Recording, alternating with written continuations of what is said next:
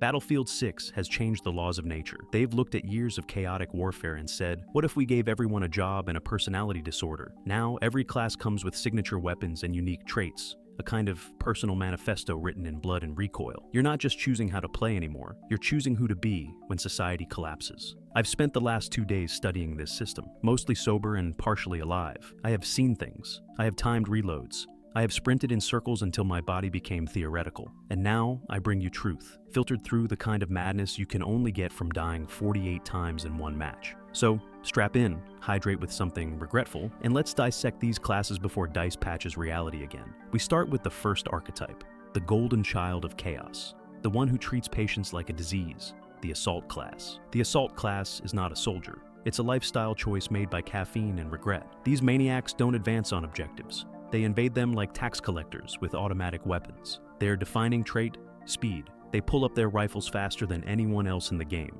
0.06 seconds faster to be precise. Does that sound tiny? Of course it does. But in Battlefield, that's enough time to squeeze off one extra bullet, win a gunfight, and whisper skill issue to your monitor like a lunatic. They can also capture flags faster than the other classes, a 5-second difference that turns them into objective-devouring gremlins. You'll watch one sprint into a capture zone, die instantly, and still somehow finish the flag before their corpse hits the ground. The Assault class doesn't wait. They don't flank. They exist in a constant state of forward motion, fueled by impulse and trauma. They're the players who respawn before the kill cam finishes, who reload between kills even if the mag's still full, who see smoke grenades as atmosphere. But here's the philosophical truth. Every sprint has a consequence. For all their speed, Assault players burn out faster than light bulbs in a meth lab. They are the embodiment of live fast, die confusingly. Still, they keep the front lines moving. And occasionally, when the stars align and they remember to aim, they win games. But the real magic of Battlefield isn't found in the sprinting. It's in the stillness, the cold patience of someone who doesn't chase chaos, but watches it through a scope. Let's talk about the Recon class. Recon mains are a strange breed, calm, deliberate, and spiritually detached from earthly concerns like teamwork. They perch on hills, in towers, in places you didn't even know existed, staring down at the map like war's disappointed therapist. Their specialty? Scope stability. A full 12 seconds of perfect unwavering aim, long enough to question your own life choices. By contrast, every other class shakes like they're holding a controller powered by anxiety. This difference is enormous. Where the Assault player's aim wobbles like a toddler's crayon drawing, Recon's crosshair sits still, patient, serene, judging. It's like the bullet itself meditates before ending a life. And it's not just about accuracy. Recon's scope automatically spots enemies. Every time they so much as glance in your direction, the game tattles on you. A big red diamond appears, letting everyone know you're about to have a very bad day. They turn the battlefield into a live surveillance feed. You're not fighting soldiers anymore. You're fighting omniscience with a kill streak. But the real joy of Recon isn't killing. It's the power trip. Because nothing says divine authority quite like clicking one button and deleting someone who thought they were safe behind a rock. You feel it in your bones. That cold, godlike detachment. Then you miss a shot, and suddenly your zen evaporates into pure rage. If you've ever felt the urge to narrate your kills like a nature documentary, Recon is for you. If you've ever looked at the chaos of war and thought, yes, but what if I watched from over there? Welcome home. Still, snipers can't win wars alone. Someone has to fix the tanks they ignore, the vehicles that explode, and the hope that dies with them. Enter the engineer. Ah yes, the engineer. Battlefield's only class powered entirely by grease, caffeine, and bad decisions. They're the ones repairing tanks while everyone else is running away screaming. The people who see explosions not as danger, but as feedback. They take less damage near vehicles because the game understands that they are symbiotic life forms. You'll often find them crawling under burning metal, mumbling to themselves like, "She'll be all right, just a few sparks." It's romantic, in a deranged way. Their hipfire accuracy with SMGs is unmatched. While other classes aim down sights like civilized beings, engineers just point vaguely in your direction and the universe decides you're dead. You can sprint, slide, and hipfire like you're conducting an orchestra of bullets. And there's one beautiful hidden mechanic that turns engineers into demigods of petty vengeance. When they're repairing a vehicle, enemies can't enter it. That's right. You can physically deny someone the joy of stealing your tank just by touching it lovingly. You've achieved control over property itself. You are the landlord of destruction. Engineers are the reason Battlefield's chaos stays just barely functional. Without them, the game would be nothing but broken metal and wounded pride. With them, it's a love story between man and machinery, forged in fire and poor life choices. But not everyone wants to fix the world. Some players want to drown it in ammo, And that's where the support class comes in. The walking armory, the emotional support war criminal, the unsung saint of suppression. Support players are gods among mortals, heavy, slow, and filled with bullets and resentment. They carry LMGs the size of moral dilemmas and still sprint faster than half the team. No sprint penalty, no hesitation, just relentless momentum powered by pure stubbornness. Let's talk numbers. Support sprints at 6.05 meters per second. Other classes, 5.95, a tenth of a meter faster. Tiny difference, but over time, that adds up to exactly 1 objective captured, 3 assists, and an existential crisis. Their LMGs also aim down sights faster, because apparently, hauling 20 kilos of steel across the map builds shoulder strength and contempt. When a support player starts firing, the world trembles. Enemies hide, teammates cheer, and the sky itself develops tinnitus. But here's the thing, no one admits. Support is thankless. They hand out ammo, patch wounds, and suppress enemies like angels with PTSD. And what do they get? Silence. No medals, no thanks. Just the warm glow of knowing they're the reason their teammates haven't run out of bullets or hope. Support players are the backbone of Battlefield, the emotional infrastructure holding everything together. They don't chase highlights, they create them. They're the quiet heartbeat beneath the screaming chaos. And yet, despite their power, they remain humble. Because deep down, every support player knows someone has to carry the team, and it sure as hell won't be the Assault guy who sprinted into a grenade 5 minutes ago. These 4 classes are the pillars of Battlefield 6: speed, precision, resilience, and chaos, each one feeding the other in a beautiful ecosystem of destruction. But this is only the surface, because beneath all the noise and the explosions, DICE hid something much deeper. A new philosophy of play, one that punishes ego, rewards discipline, and somehow still lets you blow yourself up with your own grenade. For now, take a breath, pick a class, and remember, Battlefield isn't about who shoots first. It's about who respawns laughing. Anyway, moving on soon, I'm going to refill my drink and my sense of purpose. Battlefield 6 has done something unspeakable. It's made your choices matter. In older games, you could slap an LMG on a sniper, duct tape a shotgun to your dreams, and call it a loadout. Now, you do that, and the game laughs in your face. You're slower, clumsier, and your bullets come out like they're questioning their purpose. Each class is now sacred, a weird little cult of physics and suffering. If you use the wrong weapon on the wrong class, you don't just lose speed, you lose dignity. It's like showing up to a marathon wearing flippers. You can try, but you'll only make people uncomfortable. Support with an LMG, you're a walking tank. Engineer with an LMG, congratulations, you've invented jogging with depression. Every trait in this game now punishes mediocrity and rewards obsession, just like real life, but with better sound design. The new meta isn't about twitch reflexes, it's about matching your soul to your weapon. Are you the reckless chaos of Assault, the calculated detachment of Recon, the blue-collar devotion of Engineer, the steady calm of Support? Your class isn't a loadout anymore, it's a psychological evaluation, and that's the point. DICE doesn't want you to try everything, they want you to commit. They want you to look at a class and say, yes, this represents my entire emotional dysfunction.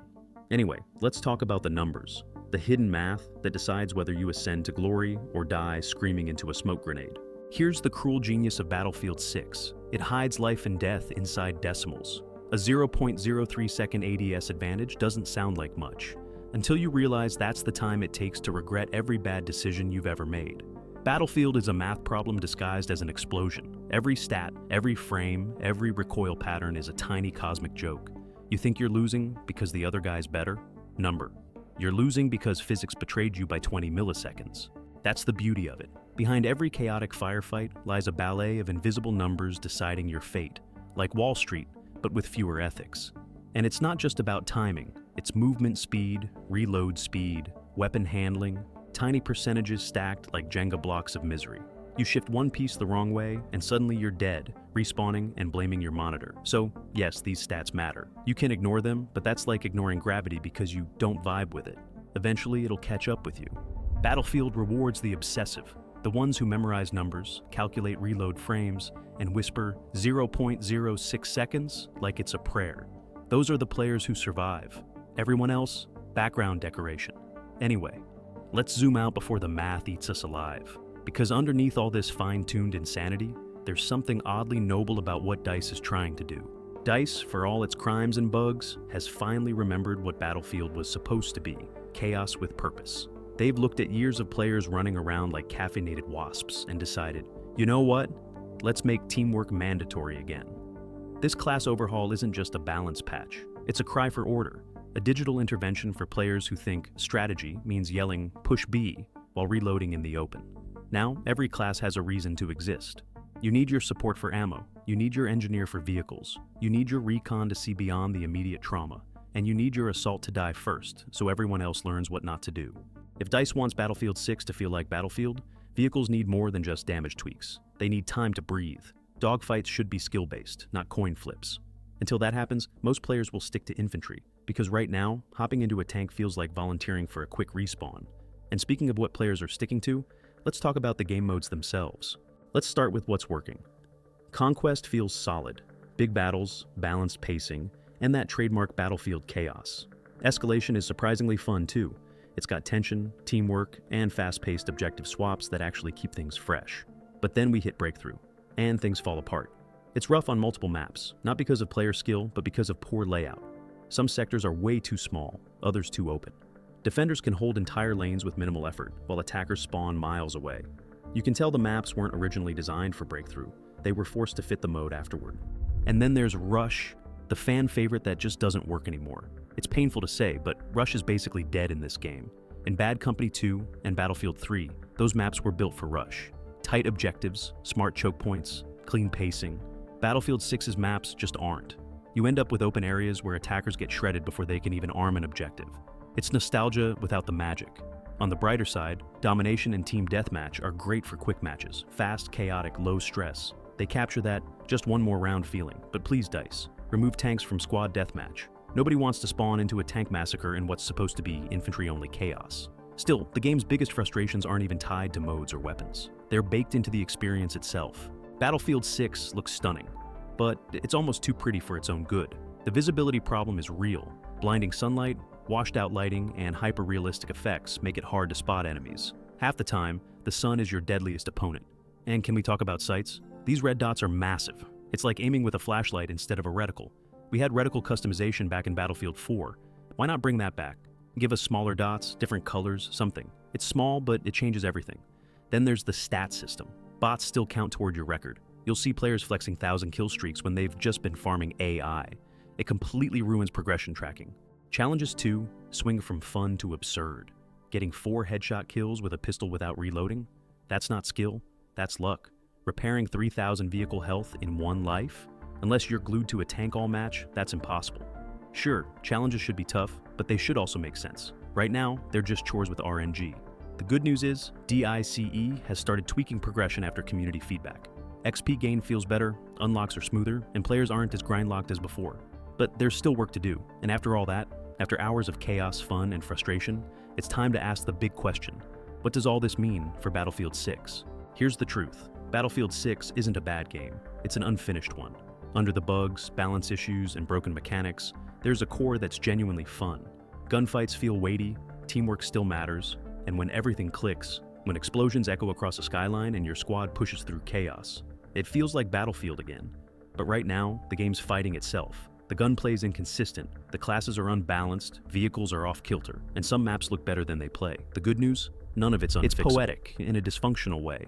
They're forcing us to care again, to rely on each other, to stop treating Battlefield like an arcade and start treating it like a coordinated panic attack. And I love it, because Battlefield has always been at its best when it's messy, communal, and slightly tragic. When victories are earned, not handed out like participation trophies. You can feel it. The return of that old Battlefield soul, the kind that makes you shout at strangers, laugh at your own death, and thank an engineer for existing.